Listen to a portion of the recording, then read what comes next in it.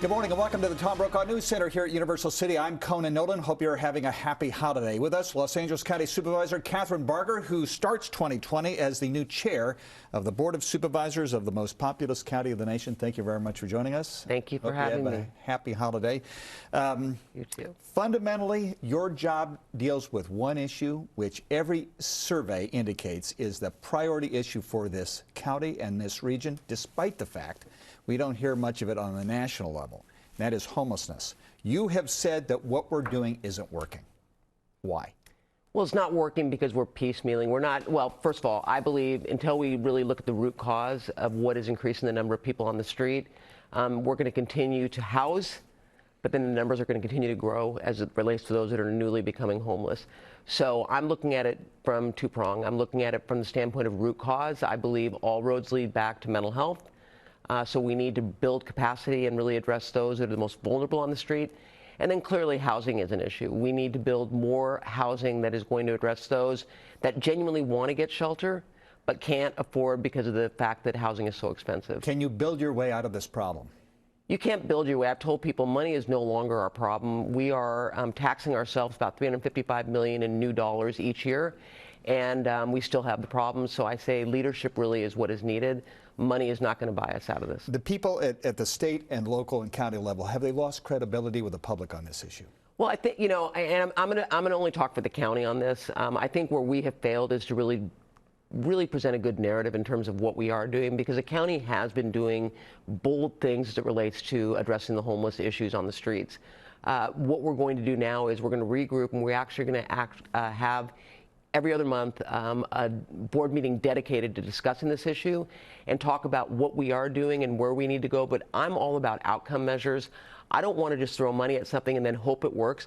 I want the departments to come back and give us a full report in terms of what we're doing and the impact it's having and where we need to go next. Is there a disconnect, though, between what the policymakers say and what the public sees? Absolutely. Because we hear it's an economic issue, and the public sees it's a drug addiction issue, it's a mental health issue, that actually the people who are out on the street because they can't afford rent, they're the low-hanging fruit. You Absolutely. can get to them, but you can't get to the others. No, and I've been very consistent in that narrative that truly, if we do not address the addiction and mental health on the streets, when Measure H, the quarter-cent sales tax, goes away, people are going to feel like they got duped. How much did the Supreme Court decision not to get into homelessness affect, in the Boise case, affect this issue going forward as far as you're concerned? Well, I mean, obviously I was disappointed. I mean, I led the charge in terms of filing a friend of the court's brief in terms of why we felt we needed to get clarity and better understand exactly what the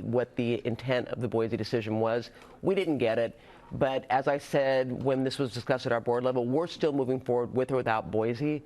I think we need to look at it from a city-on-city basis in terms of how we enforce and allow cities to enforce within their own boundaries those that are homeless, ensuring that they're getting shelter, but also abiding by the laws.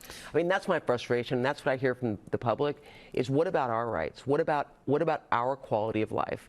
Everyone is bending over backwards to accommodate these tent cities and all, but what about us who want to take our children to school, walk them down the street, have to witness people defecating, shooting up? Where are our rights?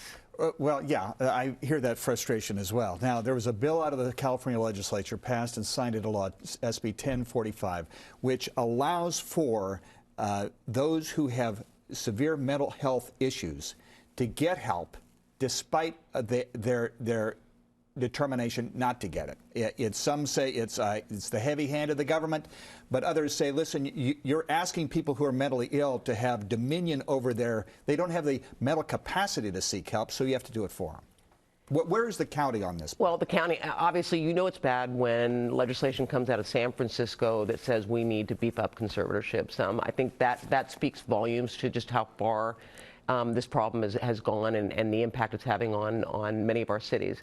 In LA County, we were waiting for some follow-up legislation because we felt there were some weaknesses in the original legislation that was introduced and signed. So now that that's been signed, we are moving forward with a plan to roll out a conservatorship program that's going to be robust, but hopefully is going to address those that are severely mentally ill, that are incapable of taking care of themselves. How good a job does the public sector do in building housing for the homeless? Horrible. And that's why Janice Hahn and I finally, about a month ago, said, you know, we are getting nowhere. We're treading water. We keep talking about it, but nothing's being done. I had private sector developers coming and saying, we'll do it for free. We know how to do it. What your plan is not sustainable. You know, I hear $500,000 a unit. Even if it's $400,000 a unit, it's not sustainable. Why can't we be a part of the equation? And I thought, you know, you're right. So we are now putting together a plan where we're going to look at all the surplus property that the county has, and actually the federal government's offered theirs as well.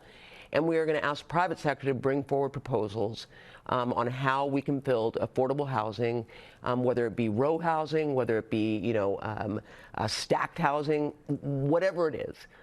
Think outside the box and bring those proposals forward and let the private sector drive the discussion versus government. For those who believe the homeless crisis is the new normal. Until we fix what's broken, it is a new normal. I mean, I know of no addict that doesn't eventually hit rock bottom. And yet we have now people that are allowed to continue to use. It's considered a misdemeanor. There is no ability for the courts to mandate treatment, which prior to Prop 47, courts could go in and say, you need to get help. And I'm the first to say you won't have to want it in order for it to stick. But even people that want it, it doesn't necessarily stick the first time. We no longer have that ability. So I have to believe there is a correlation between the fact that the number of homeless on our street that are using, that are addicted, has gone up, in part because of the fact that we are now enabling them to continue with this problem. Let's talk about something else very quickly. We have a minute left. There's been this consternation between the board and the Los Angeles County Sheriff. You're in litigation against each other. What is the relationship going into the next year? Well, I carve out that litigation. That's going to work itself out. I mean, there have been some decisions made that have been in favor of the county and the board. But I've set that aside. We are working well with the sheriff. Obviously, the budget was a concern. The sheriff and his staff are working closely with our CEO to address how we fill that gap and that overdraft, if you will, in terms of what's going on with the sheriff's budget. And I'm confident we're going to work through this and have a positive outcome, because public safety, again, is a quality of life issue. And working with the sheriff, it's important for us to ensure that the resources are there for him to do his job. But at the same time, we have a financial mandate to be fiscally responsible. Kathryn Barger is the new chair of the LA County Board of Supervisors. Thank you very much for joining us, and I wish you the best of luck. Thank you. Happy holidays, and it's great to be here. Health and happiness in this year.